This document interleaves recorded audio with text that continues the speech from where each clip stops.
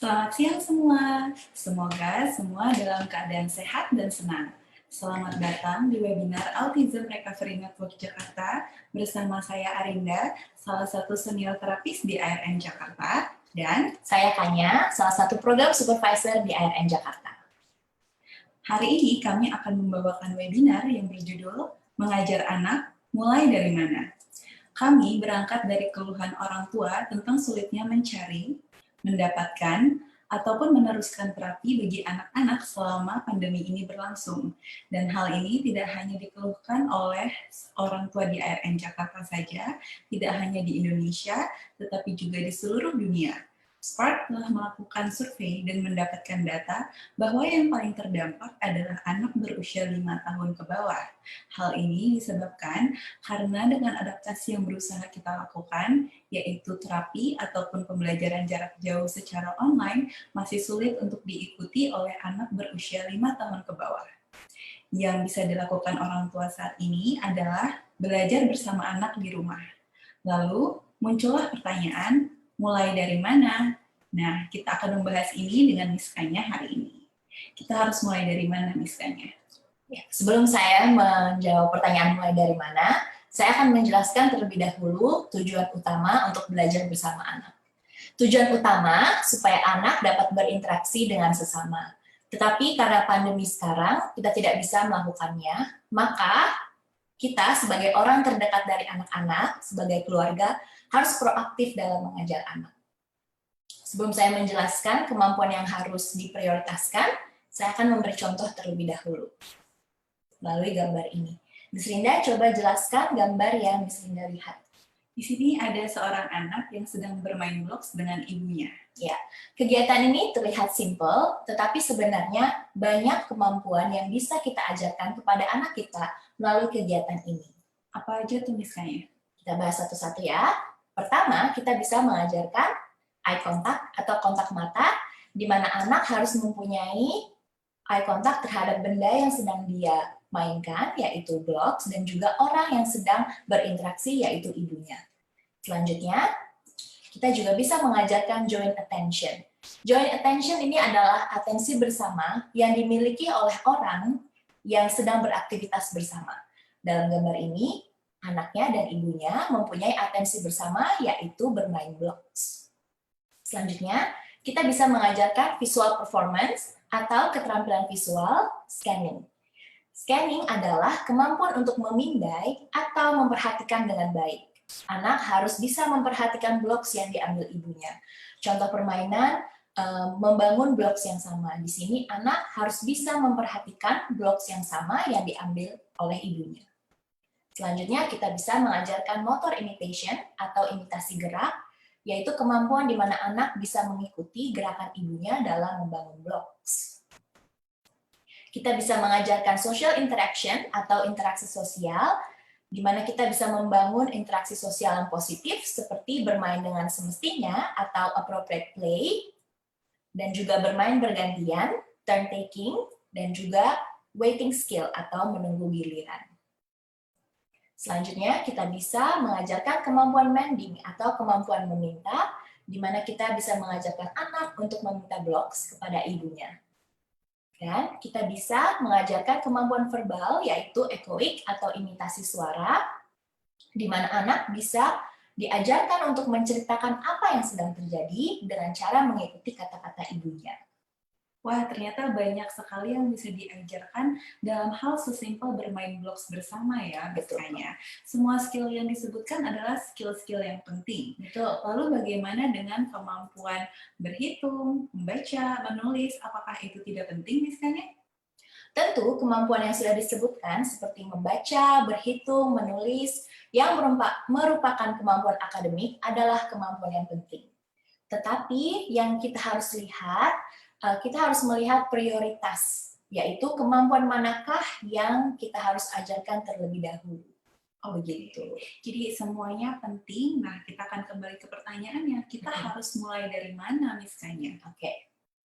Ini yang akan kita bahas pada webinar hari ini, yaitu kita mulai dari mana jika kita ingin mengajar anak kita.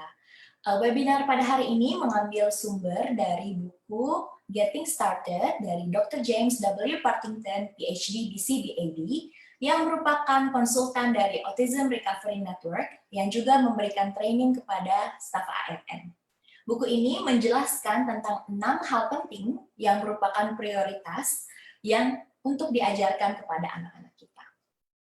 Saya akan membacakannya. 6 hal penting yang untuk diajarkan kepada anak ada social interaction, interaksi sosial, reseptif, mengikuti instruksi, motor imitation, imitasi gerak, echoic, imitasi suara, visual performance, keterampilan visual, 6, mending, meminta. Dan ini semua nanti saya akan jelaskan satu-satu dan saya juga akan berikan contoh apa yang bisa dilakukan di rumah. Dan yang penting adalah interaksi sosial bisa terjadi saat kita mengajarkan 5 hal yang lainnya.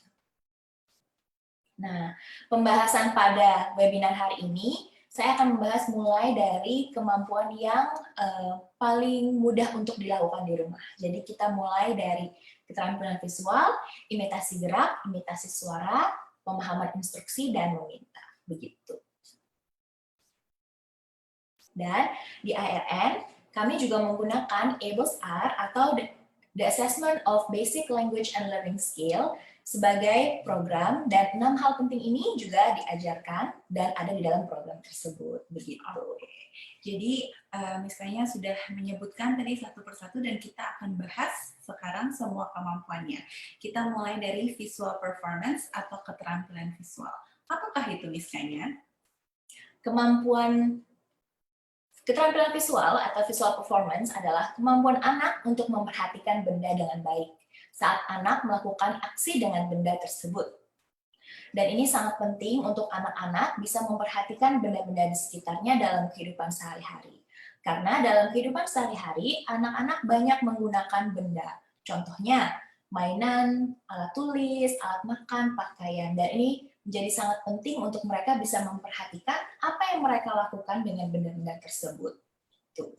Dan visual performance ini meningkatkan atensi pada anak. Ini yang menjadi penting mengapa visual performance harus dilakukan. Karena kemampuan ini dibutuhkan untuk membangun kemampuan-kemampuan lainnya seperti imitasi, pemahaman, dan kemampuan akademis membaca dan berhitung. Begitu. Nah, saya sudah menjelaskan apa ini keterampilan visual. Coba Miss Rinda sebutkan contoh-contoh keterampilan visual di kehidupan sehari-hari. Kita akan melihat penggunaan keterampilan visual ya. Jadi untuk anak-anak mungkin nanti saat kembali ke sekolah, mereka membutuhkan keterampilan ini untuk menemukan pensil, buku, atau mainannya dari dalam tas. Jadi saat ibu gurunya bilang, ayo kita mencatat, dia harus bisa melihat di mana buku, di mana pensil dia di dalam tas tersebut. Lalu dia juga perlu untuk bisa mengenali benda milik dia, atau benda milik temannya, mana buku dia, mana buku temannya. Nah, selain untuk kehidupan di sekolah, keterampilan ini juga dibutuhkan dalam kehidupan sehari-hari, seperti menyamakan kaos kaki. Jangan sampai kita keluar rumah atau pulang dari sekolah menggunakan kaos kaki yang berbeda.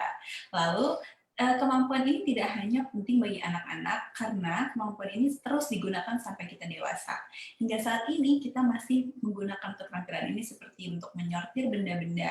Misalnya saat kita selesai mencuci piring, kita akan memisahkan sendok dengan sendok, lalu pisau dengan pisau, atau saat kita merapikan pakaian kita akan menaruh baju dengan baju, celana dengan celana, kaos kaki dengan kaos kaki, dan lain sebagainya.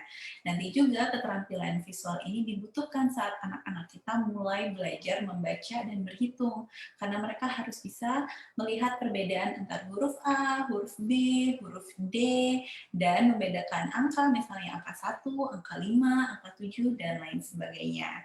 Nah, dengan pentingnya keterampilan visual ini, dan keterampilan ini tadi sudah saya sebutkan tidak hanya digunakan di saat anak-anak saja, tapi juga sampai dewasa, kita harus mengajarkan ini. Nah, bagaimana cara mengajarkan ini di rumah misalnya?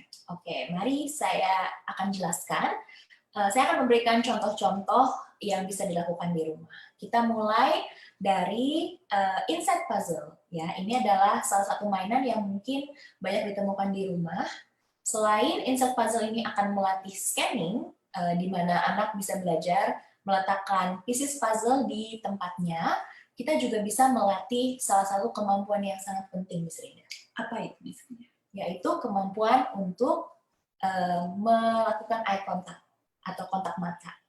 Ya, ini banyak keluhan dari orang tua yang kita dengar di ARN bahwa anaknya eye contact-nya susah begitu. Dan ini salah satu yang kita bisa lakukan di rumah. Jadi seperti gambar yang sudah dilihat, saya meletakkan pieces puzzle di depan muka saya supaya ini akan melatih anak-anak kita untuk melihat saya. Lalu setelah mereka melihat, saya berikan puzzle-nya. Ya, jadi yang kita mau latih adalah jika anak melihat, dia mendapatkan sesuatu yang dia suka atau mendapatkan sesuatu yang baik. Ini adalah hubungan yang harus kita mulai bangun. Gitu, hubungan yang baik antara eye contact dengan sesuatu yang mereka senangi atau mereka butuhkan. Mungkin ada beberapa alasan di mana anak susah melakukan eye contact karena saat mereka melihat, orang tua memberikan banyak demand atau banyak tugas seperti menanya, menyuruh-nyuruh. Jadi itu yang membuat mereka jadi tidak mau melihat. Maka dari itu kita harus membangun kembali hubungan yang baik antara eye contact ini dengan hal yang baik. Nah, kira-kira kalau kita terus-menerus berlatih, misalnya menaruh benda di depan muka kita, apa yang akan terjadi dengan anak-anak kita, Miss Rinda? Anak kita akan belajar bahwa saat mereka melihat atau melakukan eye contact dengan kita, mereka akan mendapatkan sesuatu yang mereka sukai atau yang mereka senangi. Betul. Jadi tujuannya adalah menghubungkan eye contact ini dengan sesuatu yang baik. Jadi jika selama ini kalau anak-anak yang melihat kita suruh-suruh, mungkin harus ganti perspektif ya. Jadi kalau anak yang melihat, kita berikan yang mereka suka. Nah, itu akan meningkatkan lagi mereka melihat kepada orang-orang sekitarnya, begitu. Jadi yang perlu kita perhatikan adalah kita harus menggunakan sesuatu yang anak kita suka. Betul. Ya, jadi kalau di sini contohnya anaknya menyukai puzzle, maka kita gunakan puzzle. Ya. Tapi jika anaknya tidak suka puzzle misalnya, kita harus gimana nih? Mungkin ada contoh lain, anaknya menyukai form box, yaitu bentuk-bentuk atau shapes yang bisa dimasukkan ke dalam box seperti ini. Nah, ini bisa dilakukan juga untuk meningkatkan eye contact. Dan juga mainan-mainan lain sebenarnya bisa mobil-mobilan atau figurin binatang, itu bisa dilakukan. Bisa dipakai juga. Nah, selain eye contact, kita juga bisa melatih salah satu kemampuan penting lainnya. Oke, apa itu misalnya? Kemampuan untuk mempunyai joint attention. Ya. Seperti yang saya sudah jelaskan, joint attention itu adalah atensi bersama yang dimiliki oleh orang yang sedang berinteraksi. Saya akan memberikan contoh. Di gambar ini, ada dua orang yang sedang berinteraksi, ada saya dan Miss Nisa. Nah, Miss Rinda coba jawab, kemanakah atensi kita ini? Di sini Miss Kanya dan Miss Nisa sedang memperhatikan semangka yang ada di atas meja. Iya, betul. Kenapa Miss Rinda bisa menjawab seperti itu? Karena Miss Kanya sedang menunjuk ke arah semangka dan Miss Nisa menoleh ke arah semangka. Iya, betul. Itu adalah salah satu contoh joint attention di mana anak bisa memperhatikan melihat arah tunjukan dari orang tua. Nah, ini bisa dilakukan dengan form box, bisa juga dengan puzzle. Jadi kita bisa meletakkan, orang tua bisa meletakkan shapes di berbagai macam tempat, misalnya di atas meja, di sekitar ruangan, di atas lantai, lalu satu-satu kita bisa tunjuk, misalnya kayak ambil yang itu, kita tunjuk. Dan kita bisa lihat apakah anak kita sudah mempunyai joint attention, di mana dia bisa mengikuti arah tunjukan kita. Begitu. Jadi sebelum kita latihan joint attention ini, anak juga butuh latihan eye contact dulu. Betul. Ya misalnya. Betul. Nah, selanjutnya misalnya kita ada apa lagi nih? Selanjutnya kita mempunyai kegiatan matching. Ini adalah kegiatan yang simple, kegiatan menyamakan benda atau gambar. Ya, jadi di gambar ini anak sedang menyamakan buah atau sayuran, ada pisang, paprika, jeruk, dan bisa juga menggunakan flashcards yang mudah untuk dibeli sekarang. Jadi kegiatan menyamakan. Nah, selain kita tentu melatih scanning, di mana anak harus melihat benda yang disamakan, kita juga bisa memperluas scanning dengan matching. Ya, sebagai contoh, kita bisa menaruh benda-benda di sekitar ruangan, mungkin mulai dari ruangan yang lebih kecil, lalu lama-lama ke ruangan yang lebih besar. Contohnya apel kita taruh di atas kursi, jeruknya kita taruh di lantai, pisangnya kita taruh di atas meja, lalu kita berikan benda untuk disamakan. Misalnya kita berikan yang pisang. Nah, pasti anak kita harus menoleh ya, kiri, misalnya ke kanan, ke atas, ke bawah, melihat gimana pisangnya untuk menyamakan. Itu adalah salah satu bentuk kita untuk memperluas scanning, memperluas area di mana anak bisa memperhatikan. Begitu. Selanjutnya kita juga bisa memperbanyak kosakata loh dengan matching. Wah, kita bisa memperbanyak kosakata dengan keterampilan visual ini. Betul. Misalnya. Bagaimana caranya? Caranya adalah saat kita meminta anak kita untuk menyamakan benda, kita harus menyebutkan nama benda tersebut dalam instruksi. Jadi contoh di dalam gambar ini, saya mengatakan taruh garpu dengan garpu sebelum memberikan garpu kepada Miss Nisa untuk disamakan. Nah, ini tujuannya supaya anak terus-menerus mendengar nama benda itu, supaya nanti saat anak siap untuk belajar mengidentifikasi benda, mereka sudah familiar dengan nama bendanya. Karena kita terus-menerus menyebutkan. Dan yang penting adalah saat matching, kita harus menggunakan benda yang familiar, supaya itu adalah benda-benda pertama yang mereka ajarkan. Jadi bisa pakai alat makan, baju, celana, mainan yang mereka suka, seperti itu. Oke, ini menarik sekali ya, dan ini sangat mudah dilakukan, karena kita bisa menggunakan barang-barang seperti garpu yang kita punya di rumah. Betul. Oke, lalu selanjutnya kita ada apa lagi nih misalnya? Selanjutnya ada block design. Nah ini yang akan saya bahas terakhir di keterampilan visual ya untuk hari ini. Block design ini bentuknya bisa soft blocks atau juga bisa wooden blocks atau blok kayu. Dan block design ini kita bisa gunakan untuk mengajarkan satu kemampuan lain. Apa itu misalnya? Kemampuan untuk motor planning atau perencanaan motorik. Apa itu motor planning misalnya? Motor planning adalah kemampuan untuk merencanakan gerakan-gerakan untuk mencapai satu tujuan, di mana gerakan-gerakan tersebut harus dilakukan secara berurutan. Nah, untuk memberikan contoh, mungkin susah dimengerti, saya akan memberikan pertanyaan kepada Miss Linda. Coba Miss Linda jelaskan bagaimana cara Miss Linda memasukkan botol ke dalam tas. Oke, pertama ambil botolnya, lalu buka tasnya, masukkan botolnya, terakhir tutup tasnya. Betul, dan gerakan-gerakan itu sudah direncanakan terlebih dahulu. Betul. Dan harus dilakukan secara berurutan. Benar. Ya, itu adalah salah satu contoh motor planning, dan kita menggunakannya banyak dalam kehidupan sehari-hari. Nah, ini kita bisa lakukan, ajarkan melalui block design. Bagaimana mengajarkan motor planning dengan block design misalnya? Ya, salah satu contoh permainan yang bisa kita lakukan adalah membangun blocks. Ya, jadi misalnya kita punya gambar blocks dan mereka harus membangun yang sama. Kita bisa ajarkan jika kita mau membangun blocks, kita harus menaruh blocks-nya di bawah terlebih dahulu atau fondasinya, lalu naik ke atas, lalu selanjutnya begini. Karena kalau misalnya kita mulai dari yang segitiga, apa yang terjadi?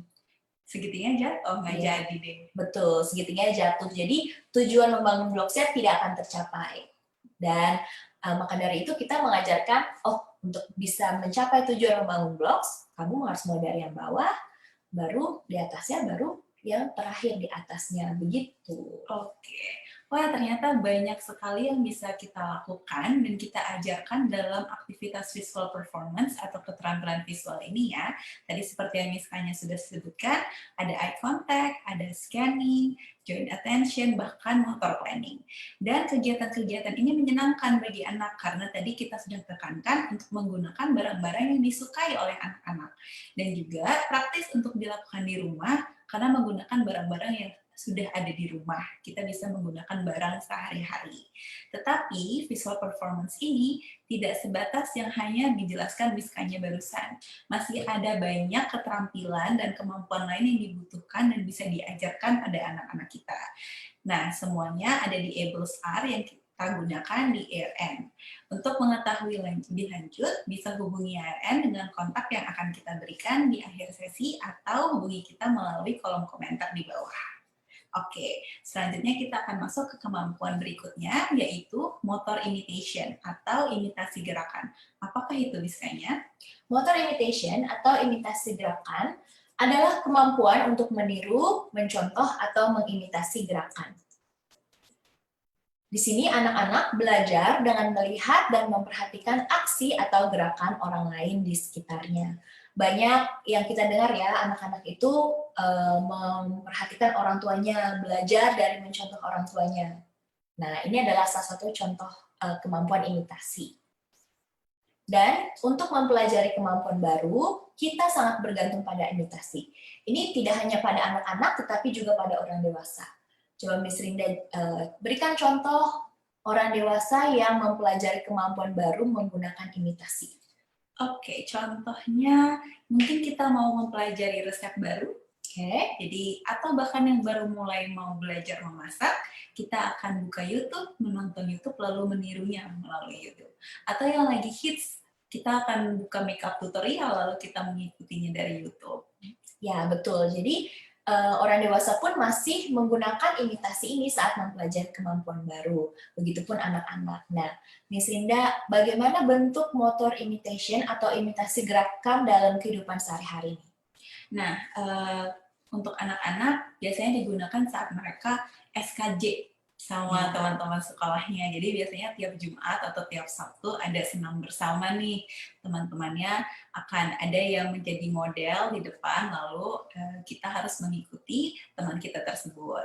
Atau karena sekarang lagi tidak ada sekolah, kita bisa berolahraga bersama orang tua. Jadi anak-anaknya akan meniru mami atau dedinya. Mungkin suka yoga, dia akan meniru gerakan yoga. Atau jika ingin belajar main basket atau main sepak bola, mereka akan melihat dan meniru mami dan dedi bagaimana cara melempar bola, menendang bola, atau memegang raket, dan lain sebagainya.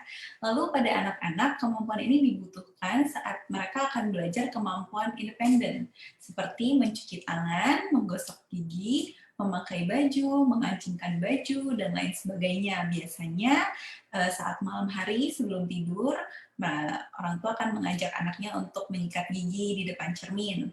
Nah, anak-anak perlu bisa untuk melihat lalu mengikuti gerakan menyikat gigi yang dicontohkan oleh orang tuanya tersebut. Lalu nantinya akan dibutuhkan juga oleh anak-anak saat mereka mulai belajar menulis huruf dan angka atau menggambar bentuk sederhana. Nah, nanti jika sudah kembali ke sekolah, hal ini juga dibutuhkan saat mereka akan berpartisipasi dalam kegiatan olahraga di sekolah. Ya, nah kita sudah melihat contoh pentingnya imitasi gerakan dalam kehidupan sehari-hari ini, Miskanya. Dan tadi Miskanya juga sudah bilang kemampuan ini tidak hanya berhenti di anak-anak, tapi kita juga yang dewasa masih terus menggunakan kemampuan ini. Nah, bagaimana cara kita mengajarkan kemampuan ini di rumah, Miskanya? Baik, kita akan membahasnya. Kita mulai dari imitasi dengan benda. Ya, ini adalah salah satu contoh imitasi gerakan yang mudah dilakukan di rumah ya. Jadi di gambar pertama ini yang ada ayah dan anaknya, coba Miss Rinda jelaskan apa yang sedang mereka lakukan. Di sini anaknya sedang berpura-pura minum teh, dia meniru ayahnya yang mencontohkan minum teh di situ. Ya, betul. Ini adalah salah satu contoh imitasi gerakan dengan benda, yaitu menggunakan cangkir untuk minum. Dan di atas meja kita bisa lihat benda-benda lainnya. Nah, kita bisa coba misalnya dengan roti berpura-pura untuk makan, dengan sendok kita bisa mengaduk tehnya, dengan teko kita bisa menuangkan air. Nah, ini adalah semua contoh-contoh imitasi benda. Selain kita mengajarkan anak untuk menirukan dengan benda, dengan kegiatan ini kita juga bisa mengajarkan hal lain, yaitu salah satunya adalah social interaction, di mana kita mengajarkan appropriate play atau bermain dengan yang baik, bermain dengan semestinya. Jadi di sini kita bisa mengajarkan anak bagaimana cara bermain saat mereka punya tea set seperti ini. Dan juga secara tidak langsung kita juga bisa mengajarkan fungsi dari benda-benda yang ada di atas meja ini. Jadi fungsinya cangkir itu untuk minum, fungsinya roti bisa untuk dimakan, sendoknya bisa untuk mengaduk, tekonya bisa untuk menuang air. Jadi banyak yang bisa kita ajarkan. Tidak hanya imitasi dengan benda, tetapi banyak kemampuan-kemampuan lain yang bisa kita ajarkan. Imitasi dengan benda juga bisa dilakukan seperti gambar kedua dengan alat musik.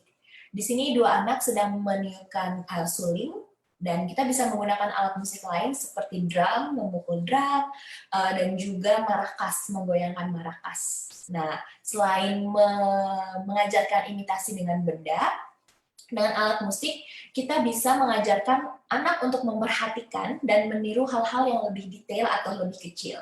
Contohnya adalah kecepatan sebuah benda. Di sini kita bisa ajarkan dengan marakas, seberapa cepat kita menggoyangkan marakas, apakah cepat atau lambat. Salah satu hal yang lain, kita bisa mengajarkan anak untuk mengikuti jumlah gerakan. Seberapa banyak kita memukul drum, 1 kali, 2 kali, atau 3 kali. Nah, ini adalah contoh-contoh imitasi yang sudah lebih detail, begitu. Wah, ini menarik sekali ya dengan permainan sederhana. Tadi kita memang menargetkan imitasi dengan benda, tapi banyak juga kemampuan lain yang diajarkan secara tidak langsung dengan menggunakan aktivitas ini. Betul. Nah, selanjutnya ada apa lagi misalnya? Selanjutnya kita punya imitasi motorik kasar. Imitasi motorik kasar ini adalah imitasi gerakan yang dilakukan dengan lengan dan kaki. Nah, di contoh gambar ini apa yang mereka lakukan, Miss Rida? Mereka sedang menari bersama. Betul. Dan sebelum mereka bisa menampilkan tarian ini di atas panggung, mereka butuh mempunyai kemampuan imitasi motorik kasar saat mempelajari tarian ini. Jadi mereka harus bisa menirukan gerakan-gerakan yang dicontohkan oleh gurunya di sekolah. Misalnya gerakan bertepuk tangan, gerakan untuk menghentakkan kaki, untuk melompat, itu adalah contoh-contoh gerakan imitasi motorik kasar. Oke.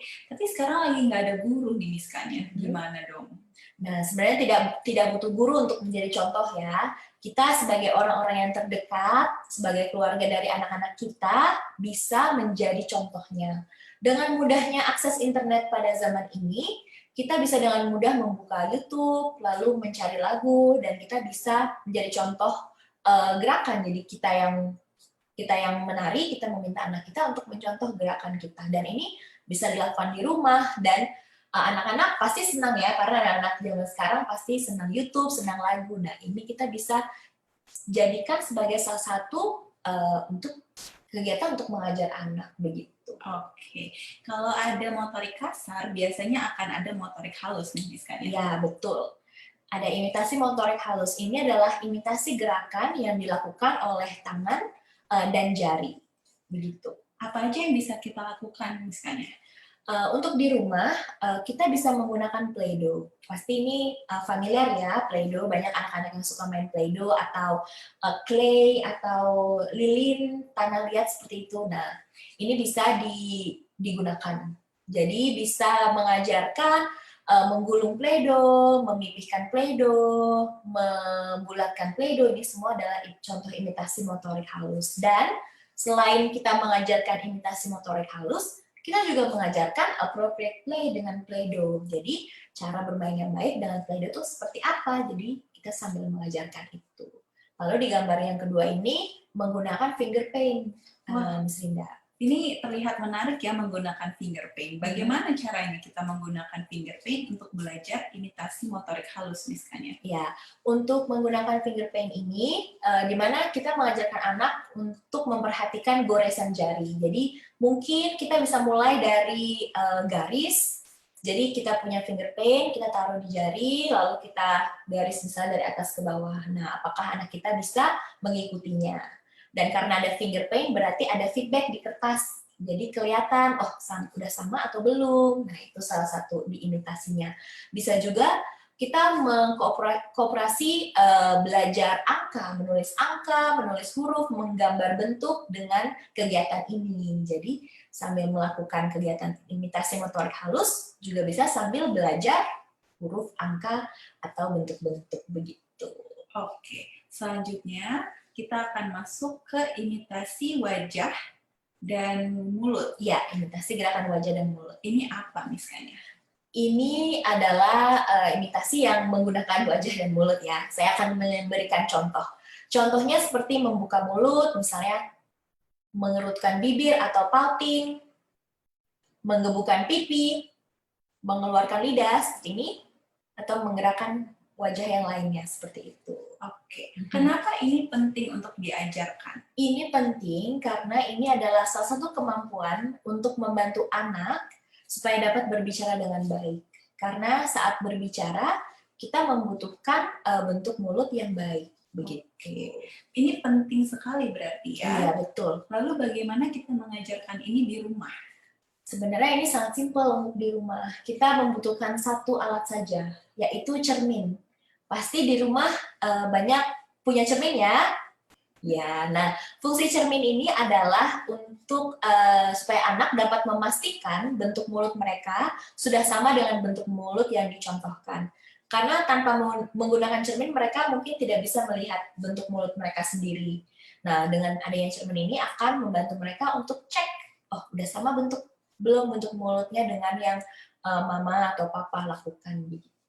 Oke, jadi ini salah satu kemampuan yang sangat penting sebelum kita masuk ke kemampuan berikutnya, Betul. yaitu kemampuan mengimitasi suara. Apakah itu, Miss Kanya? Bisa tolong dijelaskan? Ya, kemampuan ekoik atau mengimitasi suara adalah kemampuan untuk mengulang apa yang dikatakan orang lain. Jadi, jika anak ingin berkomunikasi secara verbal, dia harus membuat pattern suara yang merupakan kombinasi beberapa suara yang nantinya akan menjadi kata dan nantinya akan menjadi kalimat. Begitu. Nah, gimana nih? Pasti banyak ya kemampuan imitasi suara di kehidupan sehari-hari. Coba Miss Linda jelaskan. Oke, kemampuan imitasi suara di kehidupan sehari-hari, seperti yang sudah Miss Kanya sebutkan tadi, menggabungkan suara menjadi kata. Contohnya dari suara A dan akan menjadi nantinya akan menjadi mama. Nah, mungkin terdengar simpel ya, tapi kemampuan ini akan terus kita gunakan baik sejak kita anak-anak maupun sampai kita sekarang dewasa. Contohnya untuk belajar mengucapkan kata-kata baru yang tidak familiar. Nah, untuk anak-anak yang sudah mempunyai banyak kata, yang sudah bisa memproduksi banyak kata dengan jelas, ini tetap dibutuhkan karena mereka akan belajar berkomunikasi dengan susunan kalimat yang tepat. Jadi mereka harus mendengar susunan kalimat yang diucapkan oleh orang tuanya atau gurunya, lalu mereka harus menirukannya. Nah, untuk setting sekolah nanti akan digunakan saat mereka belajar lagu baru dengan teman-teman sekelasnya. Kan di sekolah banyak kita mempelajari lagu-lagu baru seperti lagu anak-anak atau lagu wajib Indonesia nantinya. Nah, kalau sekarang lagi tidak ada sekolah, kegiatan ini tetap kemampuan ini tetap dibutuhkan. Contohnya bagi keluarga yang rutin berdoa sebelum melakukan aktivitas. Jadi anak-anak tetap harus mendengar lalu menirukan doa yang biasanya diucapkan oleh kedua orang tuanya. Gitu. Nah, kemampuan ini penting. Tadi sudah saya jelaskan juga kalau kemampuan ini tidak hanya dibutuhkan saat anak-anak, tetapi juga digunakan sampai kita dewasa.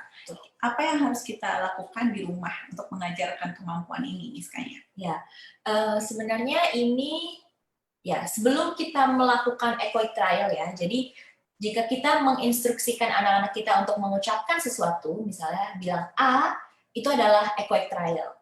Ya, kita harus meningkatkan ocehan dari anak-anak kita dulu. Jadi kalau anak kita belum banyak ngoceh, belum banyak babbling, nah ini yang harus kita mau lakukan terlebih dahulu. Kita harus meningkatkan babbling atau ocehan mereka sebelum kita bisa minta mereka untuk berkata atau menirukan apa yang kita ucapkan. Cara meningkatkan ocehannya, ini sebenarnya cara yang sangat menyenangkan, yaitu bermain bersama anak. Menyenangkan ya? Ya, gimana caranya tuh misalnya? Nah, jadi saat kita bermain bersama anak, kita harus menceritakan atau mendeskripsikan apa yang mereka lakukan. Bukan bertanya, ya, harus menceritakan dan mendeskripsikan apa yang mereka lakukan. Nah, mungkin Bapak Ibu yang menonton bingung gimana ya bentuknya menceritakan, mendeskripsikan. Nah, Miss Linda akan memberikan contoh menggunakan puzzle kendaraan ini, bagaimana cara menceritakan atau mendeskripsikan saat anak bermain. Silakan. Contohnya anak kita, Ana, sedang bermain dengan puzzle transportasi, lalu kita akan menceritakan seperti, wah, Ana lagi main puzzle. Puzzle-nya banyak ya, ada helikopter, ada kapal, ada ambulans, ada mobil. Wah, mobilnya warna merah, Ana. Lalu ada kereta api, cucu. Ya, seperti itu. Itu adalah contohnya kita mendeskripsikan atau menceritakan yang anak lakukan. Di ARN kita menyebut ini pairing ya, di mana kita pairing dengan anak. menumbuhkan relationship yang baik. Nah, tadi misalnya tidak bertanya satu pertanyaan apapun ya. Jadi tidak bertanya, wah ini apa, kapalnya di mana, mobilnya warna apa. Nah, itu yang mau kita hindari sekarang. Karena mungkin anak-anak kita belum bisa menjawab atau belum mengerti maksud pertanyaannya. Jika kita terus-menerus memberikan pertanyaan, anak mungkin bisa merasa kesal, frustasi, karena mereka belum tahu apa yang harus direspon. Jadi kita harus mengganti perspektif kita harus menceritakan, mendeskripsikan apa yang mereka lakukan, ya, supaya ya mereka akan senang bersama kita, tidak merasa kalau ada mama aku pasti ditanya-tanya begitu. Selain pairing, mendeskripsikan dan menceritakan, kita juga bisa menggunakan fun animated sounds, ya, seperti suara-suara binatang atau suara-suara kendaraan. Nah, contohnya seperti yang Miss Linda tadi lakukan dengan kereta cucu, itu contoh fun animated sound. Mungkin saat kita bermain dengan figurin binatang, ada kucing meong atau sapi mu, nah itu contoh-contoh fun animated sound juga yang menarik untuk anak-anak, dan mungkin mereka akan tertarik melihat, mendengarkan, dan menirukan. Nah, di saat anak mulai menirukan itu, kita bisa memberikan praise atau feedback. Misalnya, wah, Anak pintar bilangmu, Anak pintar ikutin mama atau papa, seperti itu. Oke, nah kalau nanti anaknya sudah mulai banyak nih babblingnya misalnya, kita harus kemana? Oke, jika sudah mulai banyak babblingnya, kita bisa masuk ke imitasi suara. Ya, ini box ini suara ya, bukan mengenal alfabet. Ya, jadi contoh-contoh suaranya b, c, d, seperti itu. Itulah contoh-contoh suara. Nah, mulainya dari mana ini kita harus cek. Jadi kita harus dengar anak-anak kita seringnya bilang suara apa, mungkin mama mama, baba baba. Nah, itu yang bisa mulai dulu. Jadi mungkin di A atau di kita bisa coba terlebih dahulu. Nah, box ini adalah box echoic evaluation. Nah, ini adalah saatnya di mana orang tua bisa menjadi guru nih, mengambil data. Jadi, jika kita sudah dengar banyak anak mulai mengoceh mama, oke, kita coba bilang Nah, saat mereka sudah bisa bilang kita bisa tandai di bawah boxnya ini. Nanti dari data-data ini kita bisa lanjutkan, yaitu ke imitasi kombinasi suara.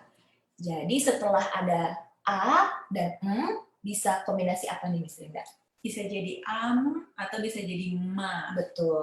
Nah, setelah kita melihat data kita, wah plusnya di A, di di I, di S. Nah, kita bisa menyusun kata-kata yang bisa diucapkan, misalnya ma, mi, sa, si, contohnya seperti itu. Dan kembali kita tandai jika sudah bisa di dalam kotak-kotak ini.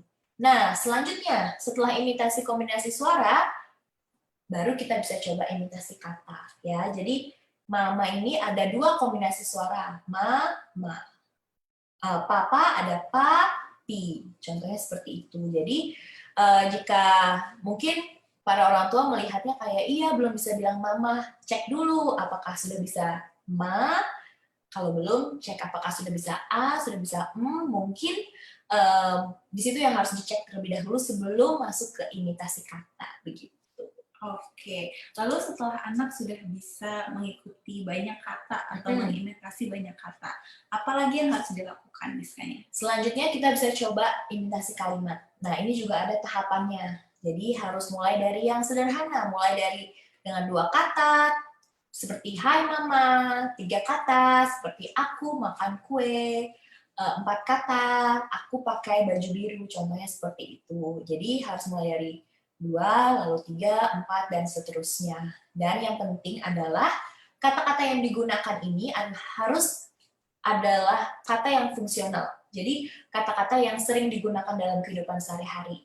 Contoh di 2 kata, hai mama ini adalah kata sapaan yang akan selalu dipakai. Mungkin yang di 3 kata, 4 kata adalah kata untuk mendeskripsikan apa yang mereka lakukan. Dan mereka bisa menggunakannya dalam kehidupan sehari-hari. Itu yang penting. Oke, jadi misalnya kita sudah membahas kemampuan imitasi atau kemampuan meniru. Yang tadi ada 2, imitasi gerakan dan imitasi suara. Nah, Sebelum kita masuk ke imitasi tadi, kita membutuhkan kemampuan eye contact. Betul. Jadi anak harus bisa memperhatikan gerakan kita, bentuk mulut kita, dan suara yang kita keluarkan, lalu mereka harus menirunya. Maka dari itu, penting untuk membuat prioritas. Ya, jadi kita latih dulu eye contact-nya, sudah bagus, baru kita masuk ke kemampuan imitasi.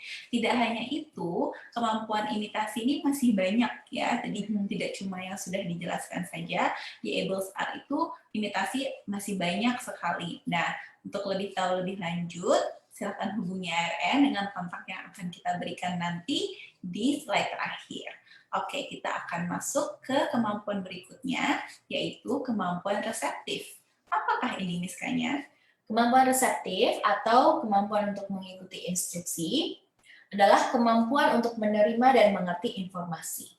Kemampuan untuk mengerti arti dari kata atau kalimat yang diucapkan orang lain. Jadi di mana anak dapat mengerti apa yang kita ucapkan dan dapat mengikuti instruksi dengan tepat. Kemampuan ini tidak mengharuskan seseorang untuk menjawab secara lisan. Jadi respon yang kita mau dari anak adalah mereka dapat mengikuti instruksinya dengan tepat. Gitu. Nah, contohnya apa nih dalam kehidupan sehari-hari, Miss Linda? Oke, kemampuan reseptif ini sebenarnya kemampuan yang selalu kita lakukan setiap hari. Betul. Baik anak-anak maupun orang dewasa. Contohnya adalah menengok saat dipanggil. Misalnya, Ana. Dia harus tahu arti kata Ana adalah diri dia, adalah nama dia. Jadi saat kata Ana disebutkan, mereka harus menengok, melihat, atau datang. Nah, kemampuan ini juga dibutuhkan anak-anak saat kita meminta mereka mengambil barang. Misalnya kita bilang, Ana tolong ambil tisu. Mereka harus tahu tadi Ana itu menunjuk pada diri mereka, ambil, bagaimanakah gerakan ambil itu, lalu tisu, yang manakah yang namanya tisu. Nah, jadi itu sangat penting, sederhana, tapi semuanya merupakan receptive skill. Lalu selain itu, kita butuhkan juga saat kita meminta anak menaruh barang. Misalnya, Ana tolong taruh remote di ruang TV. Nah, mereka harus tahu kata taruh, mana remote, dan yang mana ruang TV. Semua itu adalah pemahaman instruksi. Selain itu juga misalnya, ibu-ibu sering bilang nih, Ana tolong kasih kue ke kakek. Nah, mereka harus tahu kuenya mana, arti kata kasih, dan yang mana kakek di antara orang-orang lain yang ada di rumah. Nah, penggunaan lebih luasnya adalah saat mereka nanti bermain dengan teman-temannya. Karena saat bermain itu receptive skill sangat kompleks sekali. Contohnya temannya bilang, Ana lempar bolanya ke Adi. Wah, ada lempar, ada bola, yang mana Adi? Nah, semua itu adalah receptive skill yang dibutuhkan anak kita. Jadi, dengan luasnya kepentingan receptive skill ini, misalnya, apa yang harus kita lakukan di rumah? Oke. Ya, kita mulai dari yang penting ya, nih, merespon saat nama dipanggil. Ini juga merupakan salah satu concern atau keluhan terbesar dari orang tua yang kita dengarkan. Ya, kalau dipanggil belum nengok, belum datang. Nah, begitu. Ini salah satu cara yang bisa kita lakukan adalah kita menggunakan benda yang mereka sukai. Saya akan berikan contoh di sini menggunakan puzzle, jika anak-anak suka puzzle, dan juga menggunakan snack. Ya, di sini ada apel, buahnya. Nah, kita bisa mendekatkan puzzle di depan muka kita, lalu kita panggil. Contohnya, Ana. Saat dia menengok, kita bisa berikan puzzle.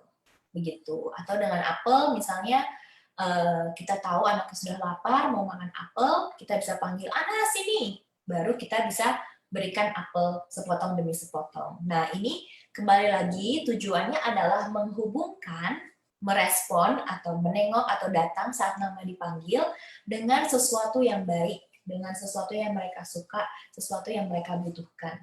Jadi mungkin selama ini ada alasan anak-anak kita tidak menengok, mungkin belum mengerti, atau saat menengok pasti disuruh-suruh atau ditanya-tanya. Jadi mereka tidak mau merespon. Nah, kita harus mengubah perspektif kembali. Jadi, menghubungkan, merespon saat nama dipanggil dengan sesuatu yang baik, sesuatu yang mereka inginkan. Jadi, bisa dipakai mainan yang mereka suka, kita taruh depan muka, sebelum kita langsung berikan, kita panggil dulu namanya. Saat menengok, baru kita bisa berikan. kepada mereka. Atau snacknya juga mungkin kalau apel potongnya kecil-kecil, jadi jangan langsung dikasih satu buah gitu, supaya banyak kesempatan untuk dicoba, banyak kesempatan untuk dilatih. Itu juga yang penting, mempunyai banyak kesempatan untuk latihan, begitu. Oke, jadi tadi misalnya sudah sebutkan pentingnya untuk menghubungkan menengok saat dipanggil dengan mendapatkan hal yang baik. Betul. Ya, jadi ini perlu kita perhatikan. Jadi kita gunakan barang-barang yang disukai oleh anak kita. Kalau anak kita tidak suka puzzle, jangan gunakan puzzle untuk latihan ini. Atau jika anak kita tidak suka apel, jangan pakai apel saat kita melatih kemampuan ini. Pakai yang mereka suka. Oke. Lalu selanjutnya di sini ada melakukan instruksi dengan tepat. Apakah ini? Ini adalah di mana anak bisa mengerti apa yang kita ucapkan dan melakukan instruksi dengan tepat. Ini juga mudah dilakukan di rumah.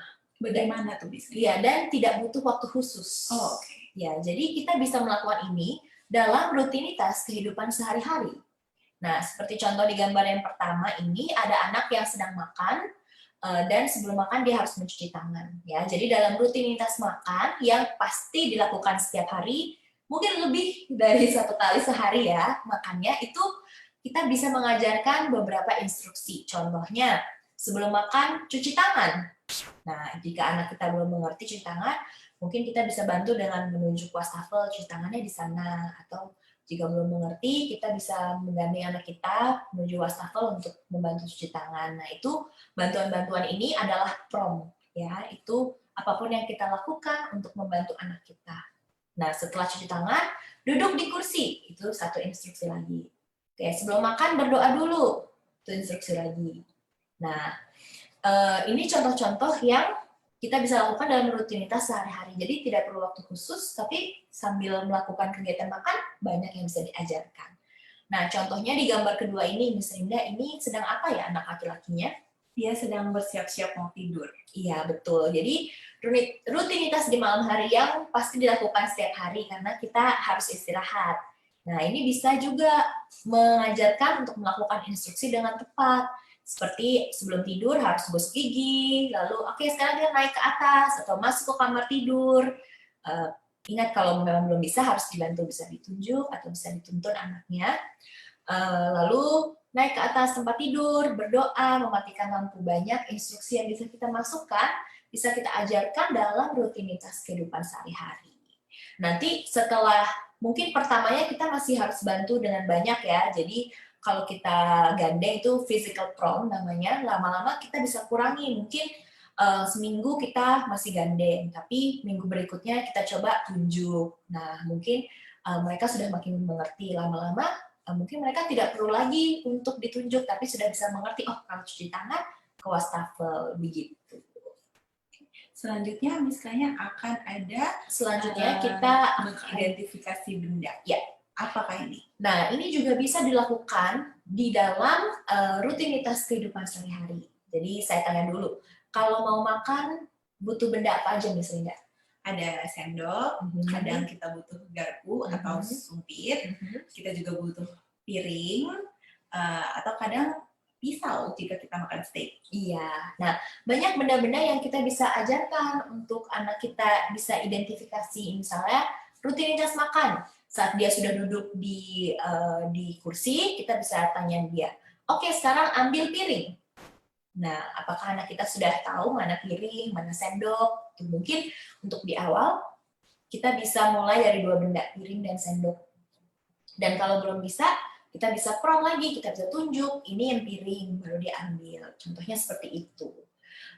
Dan dalam rutinitas berikutnya, memakai baju, pasti habis mandi pakai baju. Nah, ini bisa dijadikan kesempatan untuk mengajarkan baju, celana, pampers, celana dalam, sepatu, kaos kaki, seperti itu. Jadi hanya dalam rutinitas kehidupan sehari-hari bisa mengajarkan ini. Wah, banyak sekali ya yang bisa kita pelajari dengan mengajarkan aktivitas reseptif ini. Nah, tadi yang sudah Miskanya sebutkan, ini bisa dilakukan dengan barang-barang yang ada di rumah dan kesempatannya banyak. karena tidak membutuhkan waktu khusus, tapi kita bisa menggunakan seluruh rutinitas kita dan rutinitas anak-anak untuk terus belajar melakukan instruksi ini. Betul. Ya, jadi sangat mudah untuk dilakukan oleh orang tua di rumah ya. Oke, selanjutnya kita akan masuk ke pembahasan terakhir nih Miss Kanya, yaitu mending atau meminta. Apakah ini? Mending atau meminta adalah kemampuan untuk mengekspresikan keinginan dan kebutuhan, di mana anak bisa mengutarakan atau mengucapkan apa yang mereka inginkan dan mereka butuhkan. Dan kemampuan ini sangat penting ya. Kemampuan ini kalau jika kita sudah mengajarkan, ini bisa mengurangi rasa kesal, frustasi, dan juga tantrum pada anak.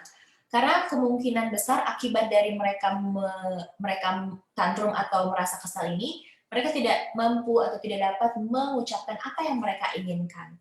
Jadi jika mereka sudah sukses untuk mending, meminta, perilaku-perilaku yang kurang baik ini bisa menurun dan juga bisa menghilang. Jadi ini kemampuan yang sangat penting. Dan selain verbal secara berbicara memintanya, kita juga bisa menggunakan bahasa isyarat untuk mending atau meminta. Jadi jika anaknya belum bisa bicara, tidak usah khawatir, kita bisa mengajarkan menggunakan bahasa isyarat. Tapi syaratnya adalah anak bisa mempunyai kemampuan imitasi gerak yang cukup kuat, karena saat mengajarkan kita akan menggunakan kemampuan imitasi begitu, dan harus memberikan feedback yang secara verbal setiap anak meminta menggunakan bahasa isyarat. Oke, nah misalnya kita mendengar banyak keluhan atau keresahan orang tua saat kita mengajarkan anak mending dengan bahasa isyarat, yaitu kalau kita pakai bahasa isyarat nanti anak saya malas ngomong atau malah nggak mau ngomong. Nah, gimana nih misalnya? Salah satu cara yang bisa dilakukan adalah memberikan feedback secara verbal setiap anak meminta seperti yang sudah saya jelaskan. Jadi jika anak kita sudah memberikan bahasa isyarat makan, contoh yang digambar, kita bisa bilang, oh Ana mau makan. Nah, dengan kita mengulang apa yang mereka katakan makan, mereka akan terus mendengar kata yang harus diucapkan. Nah, jika mereka sudah mempunyai kemampuan ekoik, kemampuan verbal, kita bisa mengajarkan cara mengucapkannya begitu. Dan yang harus diingat bagi Bapak Ibu, mungkin harus dipikirkan kita mau pilih yang mana, apakah mau anaknya tantrum terus, menangis-nangis terus jika mau menginginkan sesuatu, atau mereka datang dan menggunakan bahasa isyarat makan dan bisa meminta dengan baik. Tuh. Oke, jadi kemampuan ini kemampuan yang penting satu bagi anak, supaya mereka tidak merasa frustasi karena tidak bisa menyampaikan apa yang mereka inginkan, tetapi juga penting bagi orang tua karena terus-terusan mendengar anak nangis, terus-terusan menghadapi tantrum anak hanya karena keinginan yang sepele itu sangat melelahkan ya Miss Kanya. Jadi apa yang bisa kita lakukan di rumah untuk mengajarkan skill yang penting ini Miss Kanya? Ya, mending ini juga banyak step-stepnya ya, di banyak tahapan-tahapannya. Yang paling awal adalah meminta benda yang terlihat saat ditanya. Nah, contoh di gambar ini, puzzle-nya terlihat, lalu saya bertanya, mau apa? Di gambar yang kedua, itu ibunya menunjukkan apelnya, lalu tanya, what do you want? Itu mau apa? Nah, ini salah satu yang bisa dilakukan terlebih dahulu. Apakah anak kita sudah bisa menjawab saat kita tanya mau apa dengan benda yang terlihat? Nah, jika belum bisa, saya akan memberikan contohnya ya. Mungkin di sini ada balok, ya. Saya akan menanya pada Miss Linda, tunjukkan baloknya, lalu saya tanya mau apa. Nah, Miss Linda belum bisa menjawab, saya bisa membantu dengan imitasi suara, balok. Lalu tanya kembali mau apa, balok. Oh mau balok, dan bisa berikan. Jadi setelah anaknya mengutarakan apa yang mereka inginkan, kita bisa memberikannya begitu. Jadi di contoh yang pertama, mau apa? Puzzle. Jika anak kita bisa bilang, kita bisa berikan puzzle. Contoh yang kedua, apel. Kita bisa berikan apel. Begitu. Oke, kalau sudah bisa meminta saat ditanya nih misalnya dengan benda yang terlihat, kita harus kemana lagi? Kita bisa coba spontaneous mending atau meminta benda yang terlihat secara spontan ya. Ini masih terlihat bendanya, tapi kita tidak bertanya. Jadi mungkin anaknya tiba-tiba lihat puzzle, lalu bilang puzzle. Oh, berarti dia sudah mulai bisa mengutarakan, oh dia ingin puzzle. Nah, di gambar yang kedua ini, Miss Linda, anak laki-lakinya minta apa? Dia minta es krim. Iya, minta es krim. Dia menunjuk es krim, lalu dia lihat ayahnya, dan mungkin dia bilang es krim karena dia melihatnya. Tapi ini sudah spontan karena kita tidak perlu bertanya. Begitu. Oke, selanjutnya kalau sudah bisa di sini misalnya, apa step yang harus dilakukan selanjutnya? Selanjutnya kita bisa mencoba minta benda yang tersembunyi saat ditanya. Nah, contohnya ini mungkin bendanya tersembunyi atau tidak terlihat. Misalnya biskuitnya di dalam lemari, ada mainan di dalam kotak mainan, atau bantalnya ketinggalan di kamar, contohnya seperti itu. Tetapi saat kita melihat anak kita mencari-cari dan kita tanya, adik mau apa atau cari apa, mereka bisa mengutarakannya. Begitu. Nah, yang bisa dilakukan di rumah kembali dengan puzzle ini, mungkin untuk awal kita bisa sembunyikan di depan mata. Jadi setelah mereka bisa minta puzzle, kita bisa tutup, sembunyikan aja. Bertanya mau apa? Puzzle. Oh, mau puzzle, ya kita bisa berikan seperti itu. Nah, ini adalah salah satu contohnya yang bisa dilakukan cara-cara untuk supaya anak kita bisa meminta benda yang tidak terlihat saat ditanya. Jadi mereka mulai berpikir, aku butuh apa ya, aku ingin apa ya, dan berlatih untuk mengucapkan dengan baik. Begitu.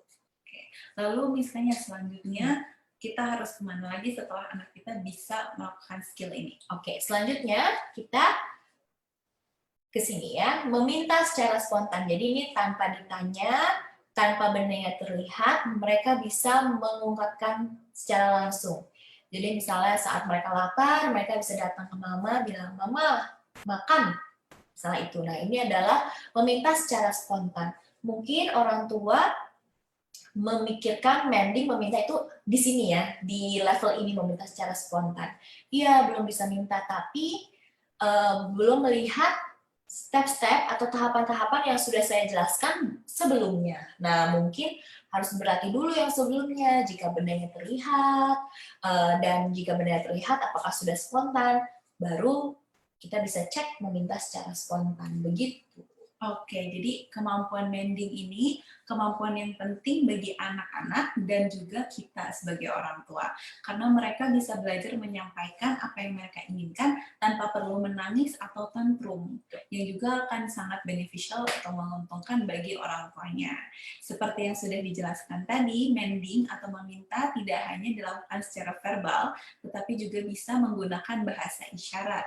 Namun kemampuan ini membutuhkan kemampuan lain seperti kemampuan imitasi suara atau echoic, atau imitasi gerakan atau motor imitation.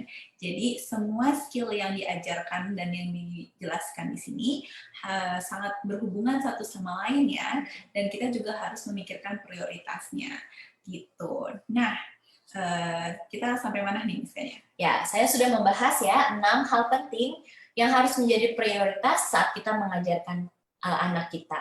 Semoga Bapak Ibu yang mendengarkan bisa mengerti bahwa kemampuan-kemampuan dasar yang dibutuhkan oleh anak-anak kita yang akan membangun interaksi sosial ini. Ini adalah kemampuan yang harus diprioritaskan terlebih dahulu. Dan saya sudah memberikan contoh penjelasan dan banyak yang bisa dilakukan di rumah dengan barang-barang yang sudah ada untuk mengajarkan kemampuan-kemampuan tersebut. Jadi ini sangat bisa dilakukan di rumah. Begitu. Oke, terima kasih banyak. Sekarang kita akan masuk ke sesi tanya-jawab. Silahkan tulis pertanyaannya di kolom komentar di bawah. Nanti kita akan jawab satu-satu. Kita tunggu ya. Mungkin kita cek apakah sudah ada yang bertanya. Oke, kita lihat.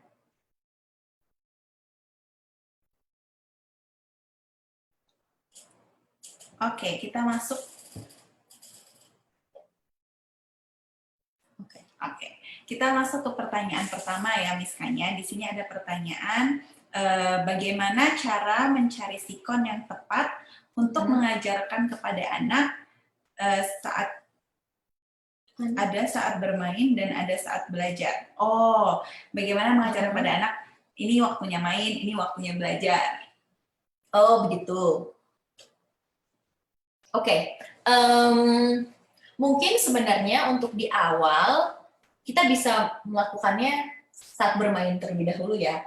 Karena sekali lagi seperti yang dibilang kita harus pairing dulu ya. Jadi sambil pairing itu sudah banyak aktivitas yang bisa kita lakukan. Misalnya yang bermain puzzle kita bisa berlatih eye contact, berlatih bending, dengan berlatih joint attention. Nanti setelah anak mempunyai instructional control, ini adalah di mana anak mau mengikuti instruksi kita karena dia tahu akan ada yang datang setelah mengikuti, baru kita bisa pisahkan. Jadi mungkin setelah kita mempunyai instructional control yang baik, baru kita bisa pisahkan. Jadi kayak, oke, taruh dulu mainannya ya, yuk sini, ikutin, dulu masukin pelajaran, baru boleh main lagi. Mungkin seperti itu maksudnya ya. Iya, dan lagi pula tadi yang misalnya sudah jelaskan, hari ini banyak yang bisa kita ajarkan bahkan saat bermain. Betul. Contohnya tadi saat bermain alat musik, kita bisa mengajarkan imitasi gerakan, jadi belajarnya juga bisa menyenangkan bagi anak-anak ya. Betul. Oke, lalu kita ada pertanyaan selanjutnya nih misalnya, sepertinya masuk melalui email ya ini. Iya. Bagaimana jika anak pilih-pilih pelajaran? Oh, oke. Mungkin harus dilihat nih, pertama, pilih-pilih pelajarannya kenapa? Apakah memang susah? Mungkin mereka belum mampu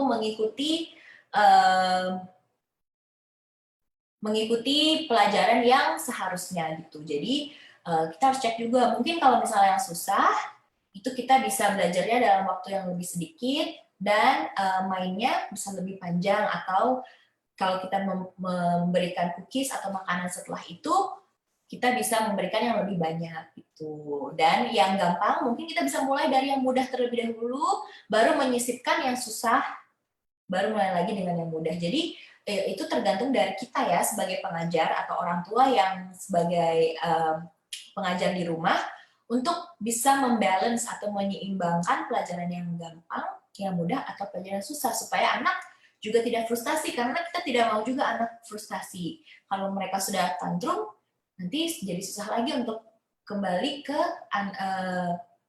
menjadi anak yang tenang, yang bisa diajarkan gitu. Jadi itu harus dari kitanya bisa membalance sih. Oke. Dan yang tadi misalnya juga sudah sebutkan, pentingnya membangun relationship yang baik ya antara tugas ataupun belajar bersama kita dengan hal yang baik. Jadi mereka harus selalu tahu kalau misal walaupun ini pelajarannya susah, at the end atau pada akhirnya mereka akan mendapatkan sesuatu yang menyenangkan dari kita. Ya, dan sesuatu itu adalah reinforcement ya. Jadi itu yang kita pakai di ARN juga. Saat anak mengikuti kita akan memberikan reinforcement kepada mereka. Begitu. Oke, ini ada pertanyaan yang maksud dari admin kita nih, Miss Kanya. Oke. Bagaimana menambah kosakata pada anak yang non-verbal? Oke. Ini salah satu contohnya tadi saya sudah jelaskan di matching, di keterampilan visual. Jadi mungkin Bapak Ibu yang belum mendapatkan informasinya atau ketinggalan, bisa tonton lagi nanti webinarnya, karena ini di-save di Facebook kita.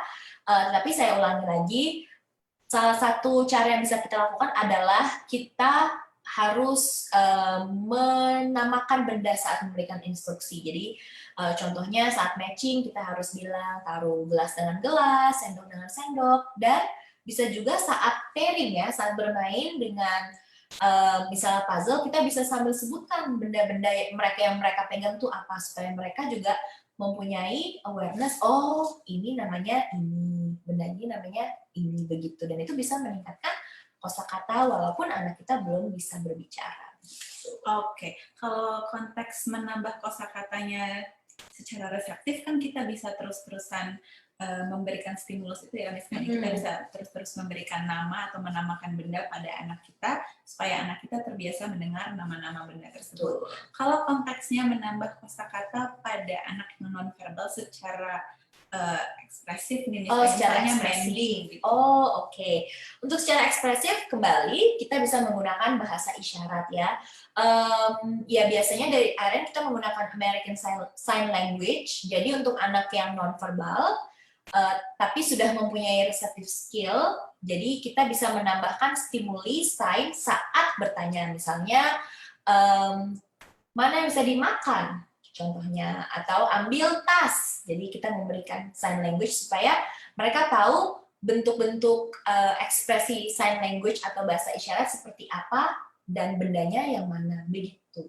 Oke. Baik, kita mulai mendapatkan pertanyaan di Facebook, tapi ini yang sudah dijawab barusan. Coba kita lihat lagi.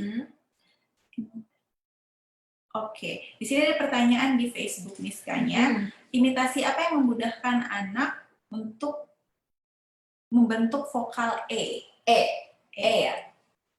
Oh, imitasi.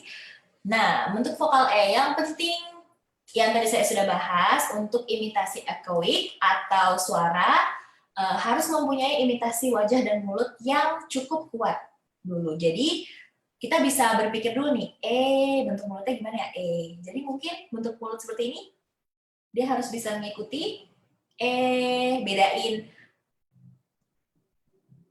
Salah satu contoh membedakan buka mulut, I, U, E, O.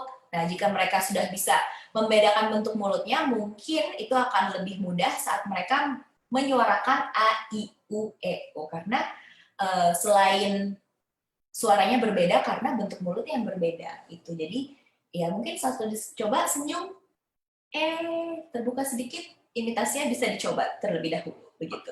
Jadi kuatkan dulu di imitasi atau menirukan mulut ya. Kita latih dulu perbedaan perbedaan I, perbedaan O gitu. Mungkin sebelum ada suaranya belum nggak apa-apa ya. Jadi mulai dari gerakan mulutnya saja dulu. Ya. Oke, kita tunggu pertanyaan selanjutnya nih Miskanya.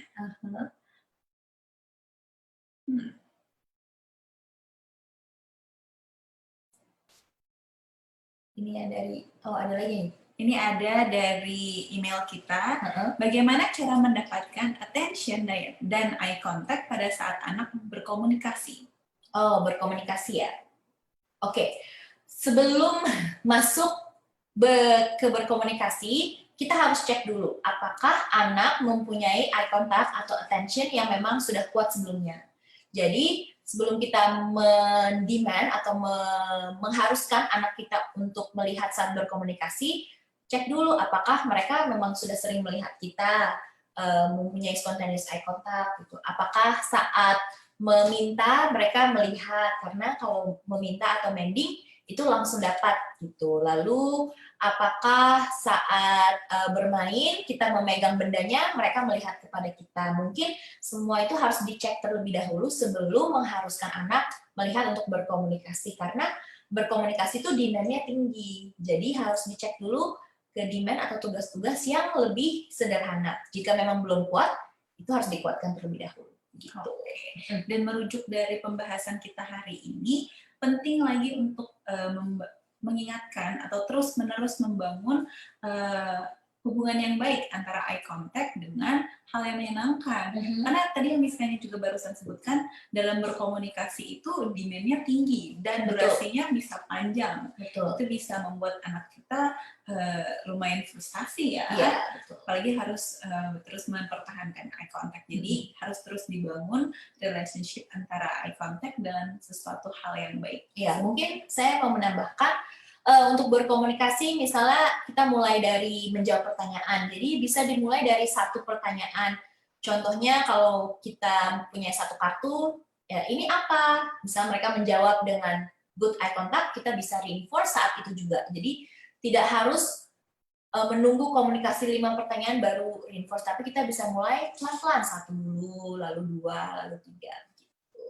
Oke, di sini ada pertanyaan selanjutnya dari Aulia. Bagaimana menanggapi anak jika anak menginginkan sesuatu yang tidak bisa kita berikan karena alasan tertentu, seperti benda yang mereka minta berbahaya dan lain sebagainya. Lalu anak menangis karena tidak mendapatkan apa yang dia mau. Apa yang harus saya lakukan? Lalu ada pertanyaan lanjutannya.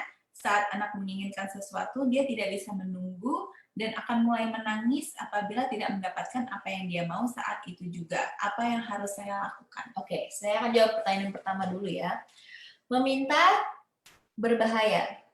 Nah, ini memang kita mengajarkan anak untuk meminta untuk mending. Tetapi memang ada beberapa benda yang tidak bisa kita berikan karena itu berbahaya. Dan mereka menangis mungkin karena belum mengerti kenapa benda itu tidak diberikan begitu. Jadi kita harus bisa mungkin memulai bermain bersama anak dengan benda-benda yang lain supaya anak mempunyai interest terhadap yang lain. Jadi kita mengalihkan perhatian dari benda yang berbahaya itu dengan benda yang seharusnya mereka mainkan. Jadi seperti mainan-mainan lain, seperti bentuk kegiatan yang lain, supaya mereka juga mempunyai interest yang lebih luas. Dan dengan interest yang lebih luas, mereka bisa mempunyai keinginan yang lebih banyak dan mungkin sudah tidak mau lagi yang sebelumnya yang memang tidak tepat untuk dimainkan begitu. Jadi saran saya adalah banyak explore mainan atau kegiatan dengan anak tersebut supaya mereka mempunyai interest yang lain begitu. Dan untuk benda berbahayanya mungkin harus disimpan dulu ya supaya mereka tidak terlihat, karena terkadang jika tidak terlihat mereka mungkin tidak meminta, tapi begitu terlihat pengen minta, begitu tidak dapat langsung terjadi tantrum. Nah, itu yang kita tidak mau. Jadi dari kita juga harus bisa mengkontrol. Oke, yang kedua itu tidak bisa menunggu dan akan mulai menangis apabila tidak mendapatkan yang dia mau. Oke, nah ini memang banyak keluhan orang tua juga dan banyak yang kita lihat juga di sini. Kita bisa latihan waiting skill dengan sendirinya. Oke, misalnya mulai dari simple dulu. Apakah anak mau memberikan kepada kita saat bilang pinjam, misalnya. Jadi kita bisa mulai dari situ. Kalau pinjam dikasih, oh iya terima kasih dikasih, kita bisa reinforce memberikan mainan kembali. Nah mungkin untuk waiting skill-nya kita bisa mulai dengan hitung, misalnya oke, Miss pegang dulu ya sampai 3, baru nanti gilirannya anak. Gitu. Jadi kita pegang mainannya, kita hitung sama-sama. Tangannya rapi, hitung 1, 2, 3. Iya, itu pintar menunggu, kita bisa berikan. Lama-lama kita bisa tambahkan waktunya dan juga kita bisa mengurangi hitungan kita, jadi kita tidak menghitung sama sekali. Tapi untuk di awal, kita harus melatihnya benar-benar secara simple dan structured. Begitu. Oke, jadi ini kasus yang umum kita temui ya misalnya, dan tadi misalnya sudah memberikan beberapa tips untuk dilakukan di rumah, tapi jika memang ingin mengetahui caranya lebih lanjut bisa konsultasi datang ke ARN. Betul. Nanti kontaknya dan alamatnya kita akan berikan di slide terakhir. Oke, nanti di ARN tentu program supervisor kita akan membuatkan behavior plan yang akan dijalankan di ARN dan juga bisa dilakukan di rumah gitu. Kita tunggu lagi ya pertanyaan selanjutnya. Oh, oke. Kita lihat dulu. Ya, tadi udah yang itu ya. Oke. Mungkin Bapak Ibu yang menonton yang punya pertanyaan, silakan dituliskan di kolom komentar. Ya, kita tunggu.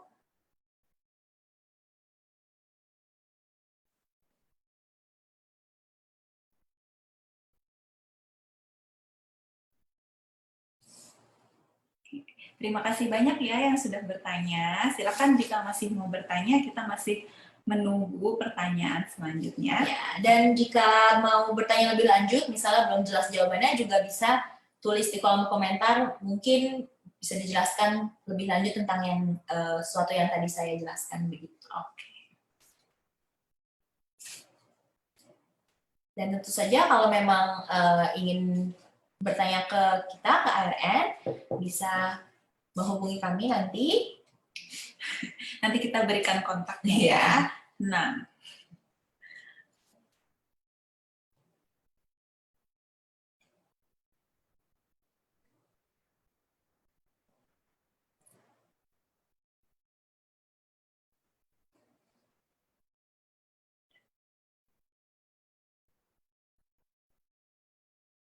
Tunggu sebentar ya. Udah. Oke.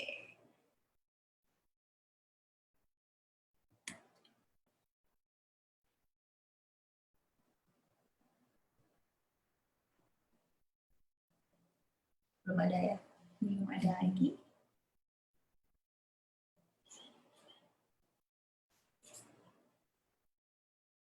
Oke. Oke, sepertinya kita cukup sampai di sini dulu hari ini. Nanti jika memang masih ada pertanyaan lagi, bisa tanyakan melalui kolom komentar ARN atau bisa hubungi kita di nomor telepon yang tertera sekarang atau melalui email atau bisa hubungi kita lewat Instagram. Sekarang ARN sudah sampai ke Instagram.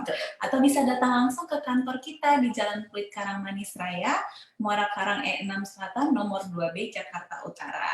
Nah, kita juga sudah ada nih di Surabaya, Miss Kanya. Jadi, bisa hubungi nomor telepon yang di layar, bisa menghubungi kita lewat email dan Instagram, Facebook juga tentunya. Dan jika ingin datang langsung ke center kita di Surabaya, kita berada di Jalan Raya Darmo, Permai 3, Unit 18, Pasar Modern, Puncak Permai, Sukomanunggal, Surabaya, Indonesia. Oke, kita tunggu pertanyaan-pertanyaan yang jika memang masih ada melalui kontak yang tadi sudah kita sebutkan. Oke, terima kasih. Semoga webinar ini bermanfaat bagi kita semua. Kita akan melanjutkan webinar untuk membahas kemampuan-kemampuan intermediate atau lanjutan di webinar selanjutnya pada tanggal 28 November 2020 di Facebook dan di jam yang sama. Oke, sekian dan sampai jumpa.